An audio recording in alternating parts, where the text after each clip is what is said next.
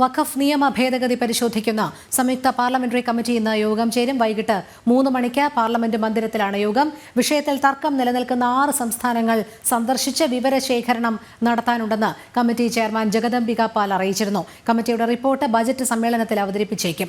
ജിഷ്ണു കൃഷ്ണൻ ചേരുന്നു. ജിഷ്ണു, വിശദാംശങ്ങൾ.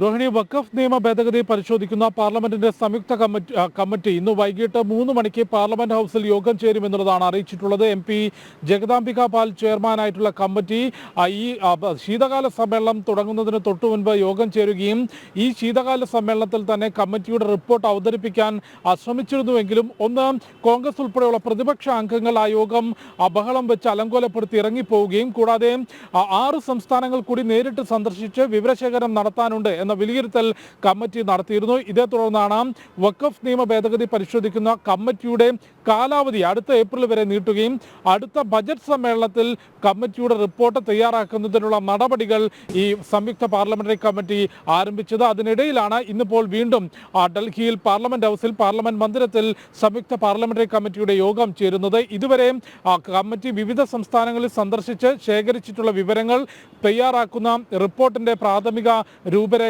ശുപാർശകൾ ഇവ സംബന്ധിച്ചുള്ള ചർച്ചകൾ ഇന്ന് ചേരുന്ന യോഗത്തിൽ ഉണ്ടാകും എന്നുള്ളതാണ് മനസ്സിലാക്കുന്നത്. കർണാടക, ഒഡീഷ, വടക്കിഴക്കൻ സംസ്ഥാനങ്ങളിൽ ഉൾപ്പെടെ വിവിധ മേഖലകളിൽ വഖഫ് ബോർഡുമായി തർക്കം നിലനിൽക്കുന്ന പ്രദേശങ്ങളിൽ കമ്മിറ്റി നേരിട്ട് സന്ദർശിക്കുകയും അവിടെയുള്ള പ്രദേശവാസികളുമായും വഖഫ് ബോർഡ് അധികൃതരുമായും ജനപ്രതിനിധികളുമായും ചർച്ച നടത്തിക്കൊണ്ടായിരുന്നു വിവരശേഖരണം നടത്തിയത്. ആ വിവരശേഖരണത്തിന്റെ വേളയിൽ തന്നെ കമ്മിറ്റിയുടെ ചില അംഗങ്ങൾ കടിഞ്ഞാണില്ലാത്ത കുതിരയെ പോലെ വഖഫ് ബോർഡ് ഭൂമി കൈയടക്കുകയാണെന്ന പ്രതികരണങ്ങൾ നടത്തിയിരുന്നു. അതിന് പിറകെ ചേർന്ന കമ്മിറ്റി യോഗമായിരുന്നു കോൺഗ്രസ് ഉൾപ്പെടെയുള്ള പ്രതിപക്ഷ അംഗങ്ങൾ അലങ്കോലപ്പെടുത്തിയത്. അതായത് വഖഫ് നിയമ ഭേദഗതിയുടെ പാർലമെന്റിലെ തുടർ നടപടികൾ അലങ്കോലപ്പെടുത്തുകയും ആ നിയമ ഭേദഗതിയിന്മേലുള്ള ശുപാർശ ഉടൻ തന്നെ പാർലമെന്റിൽ എത്താതിരിക്കാനുമുള്ള ശ്രമമായിരുന്നു കോൺഗ്രസ് ഉൾപ്പെടെയുള്ള പ്രതിപക്ഷ അംഗങ്ങൾ ആ യോഗത്തിൽ നടത്തിയത്. അതിനുശേഷമാണ് കമ്മിറ്റിയുടെ കാലാവധി നീട്ടി നൽകിയത്. ഇന്ന് വൈകിട്ട് 3 മണിക്കാണ് സംയുക്ത പാർലമെന്ററി കമ്മിറ്റിയുടെ യോഗം പാർലമെന്റ് ഹൗസിൽ ചേരുന്നത്.